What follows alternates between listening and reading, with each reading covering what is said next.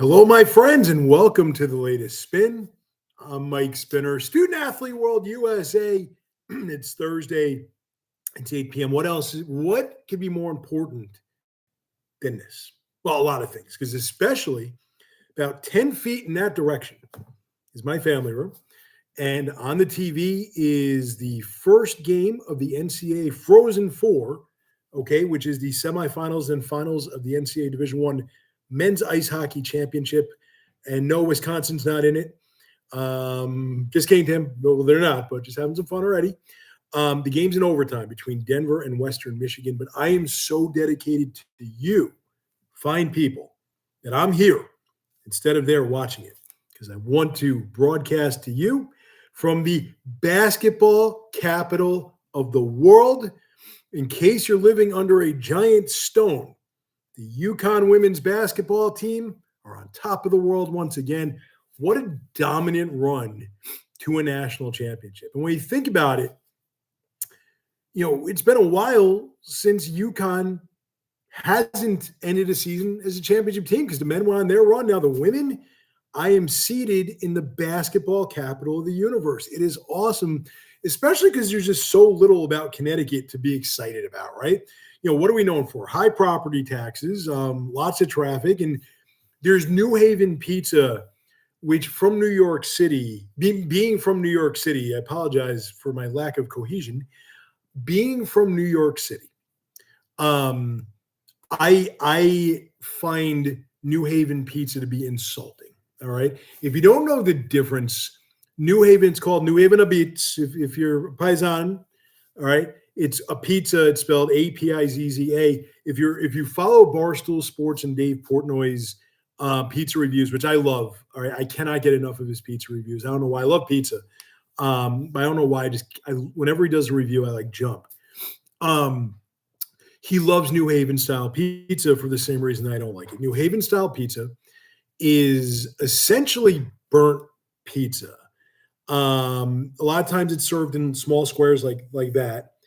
And the kind of undercarriage of the pizza, as Dave Portnoy says, is burnt. So it's like charred pizza. It's very crispy and firm, which I do like. I just don't love the flavor. And I live maybe 15 minutes from New Haven, not very far at all. So to say Connecticut's known for its pizza could be true. Oh God, New York pizza to me is just so much better. So in my opinion, I live in a state where we have nothing going for us whatsoever. So I'm going to enjoy being the basketball capital of the universe for as long as I can, which is probably another 340 some odd days, maybe a little bit more than that if they win it again. It's just good. It's good to be better than everyone else. I mean, there are certain states in the country that don't ever get to enjoy sports excellence like Connecticut does, like Wisconsin, other states like that. But in Connecticut, we have our basketball. UConn, congratulations. I'm not going to lie to you and say I'm a UConn fan. But what I'll say is I live in the state where they play. And it was very enjoyable to watch that run. And you have to respect Gino Auriemma, his 12th national championship, more than the great John Wooden. I just think that, I'm not a young person, but hopefully I still have 40 to 50 years left at least.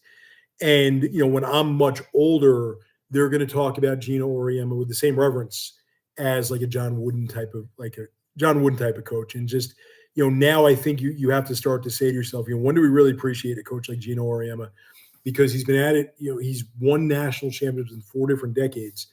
And now more recently, it's the NIL era and the transfer portal era. And he's never changed how he is. He's the same guy. Like when you hear him interviewed, when you watch him coach, he has not changed one bit.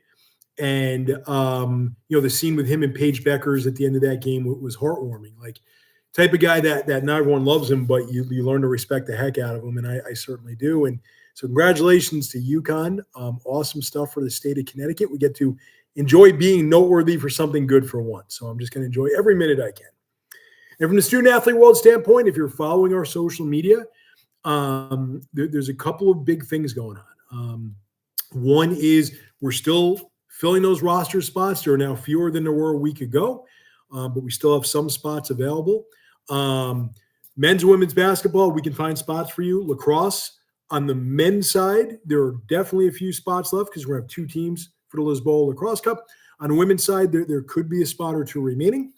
And yeah, I mean, and that's and ice hockey. If you are a U14 or U12 ice hockey player, we certainly can find roster spots for United World Games as well. But things are plugging along. And the biggest news this week, and I'm actually going to combine it. So I'm going to give you my What in the World sponsor, but I'm going to do it for long before What in the World. So today's What in the World is brought to you by Air Albania. Welcome as a sponsor, Air Albania, and they specifically wanted this sponsorship because if you're living under a giant stone, you may have missed the announcement, but we are going to Albania next year. We do not yet know the dates. We know we're going to do the tour. And what I love, one of the things I love about this job is the exploration. I did not know diddly squat about Albania until last week when we had a very amazing meeting with a representative from an Albanian sports group that's looking to bring American basketball teams over. And it was as good of a meeting, I think Tim will agree, as we're going to have. And so we did some more homework, we did some investigation, and it became clear that this was a tour that made perfect sense. So we're going to do it. And when you see, I'm not going to steal the thunder yet. I'll let Tim steal the thunder. It's his thunder. He did all the hard work here. The biggest attraction for the tour is going to be one of the bigger reasons why sometimes our travelers have to wait a year to travel. I'm just going to leave it at that. But I'm real excited about this. I think it's going to be a winner. And here's the thing. So right now you might be thinking to yourself, well, Albania, when I think international travel, I think, the big cities, London, Paris, we go to Venice on one tour, Munich, Vienna, Seville, Lisbon, areas like that. I understand that Albania isn't like the billboard name of international travel, but if that's your thought, like I'm not that excited because it's Albania and I don't know much about Albania. My advice to you is use the Google machine, Zoolander reference. Was it Zoolander? Another movie, the Google machine. Could have been Zoolander. Use the Google machine and just look up attractions in Albania, reasons to visit Albania, things that I did in preparing to discuss this tour with our families when they interview. What a fantastic country. All right. When it comes to culture and it comes to beauty and scenery, and it comes to like the charm that international travel offers you, it may not get better than Albania. And I'm not blowing smoke here, folks. All right, we haven't even announced the tour officially yet in terms of dates and specifics, but just use the Google and look up the attractions involved with traveling to Albania. And I think if you really do your homework and you look up the pictures and some videos of these amazing coastal areas of Albania, castles, cultural centers, et cetera, et cetera. If you do your homework yourself, you're going to come away the way I came away. Like, I need to go on that tour. All right. So I'm not declaring I'm going on that tour. I need to negotiate that with Tim. But I look at that tour as being a complete and total success story because I have a feeling that all of our travelers who are going to go are going to love Albania. All right. I promise you. Do your homework if you don't believe me. It is going to be a fantastic tour. Can't wait to be there. And it's just, an awesome thing, as I said last week, to be a part of Student Athlete World USA as we grow. All right. And I'm real excited. So Tim, good work there. Great work there. And to our families looking to travel with us in 2026, I'm really excited to talk to you about this tour. I think you're going to love it. And we're not getting rid of tours. We're going to continue plugging away with what we have. So the options for 2026 are bigger and better than ever. And we might not be finished announcing what we're doing yet. So good stuff, all good stuff coming from Student Athlete World USA.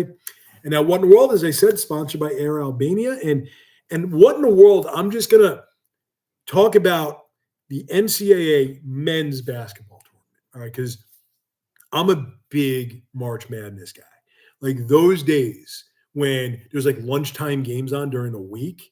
And I have to tell Tim I have a doctor's appointment and I'm really watching him. Oh, probably shouldn't have said that. But those games for me are a cultural phenomenon.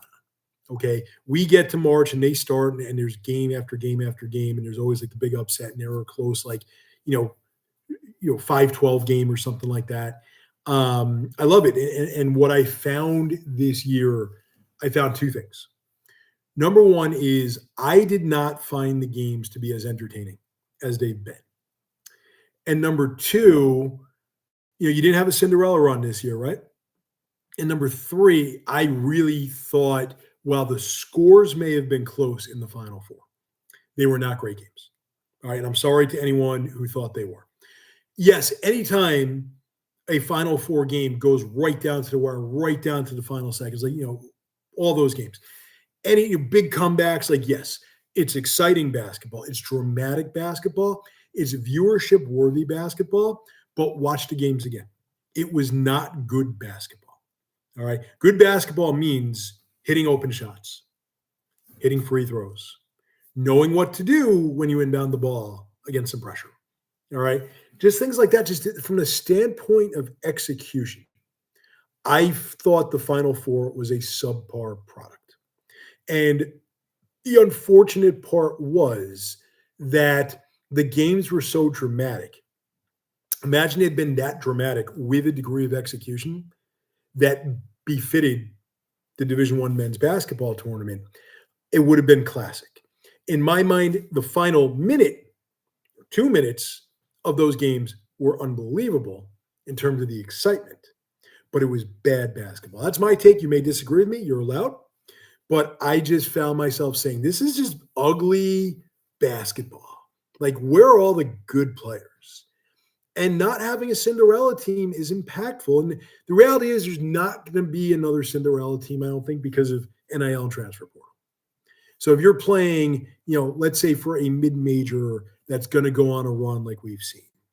Remember FDU in New Jersey a year ago, 16 seed beat a 1 seed. If you're on one of those teams, okay, you're most likely not going to spend too much time there, maybe a season.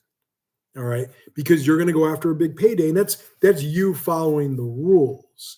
And so if you're a star player at a mid-major and your goal is to find that next big payday, you're going to go to the type of teams that we just saw, the Floridas of the world, the Dukes of the world. And so you're not going to really stick around as a team long enough at a mid-major to go on a Cinderella run. And I think we saw that this season where the higher seeds were better than they've been. And there just wasn't enough talent on a mid-major to go on a Cinderella run. And I think it's unfortunate. I think the NCAA basketball tournament was lacking this year. And the reality is transfer portal and NIL is here to stay. I hope they make some changes. All right, because anytime you see an NCAA tournament game with a player who has a big game, who's not a big name, the first thought is, well, where's he going to be next year? And I hate that. All right, I think it's just not what this should be. And so I found myself this year with March Madness. Again, my opinion only, not the official opinion of Student Athlete World USA, and maybe not your opinion. But I found myself unsatisfied from March Madness this year. I thought the tournament was not good, even though the games were very exciting at the end. But again, my opinion, you may disagree. And if you do, you interview with me, let's talk about it. I love talking sports. That's it for latest spin this week. And as always, how do I do the coolest thing I've ever done? How do I see the world? How do I represent my country for Student Athlete World USA? There's only one way. Go to studentathleteworld.com, complete your application, interview with me, pack your bags. Hope you had a great week. Hope you have a great week. See everyone next Thursday. Take care.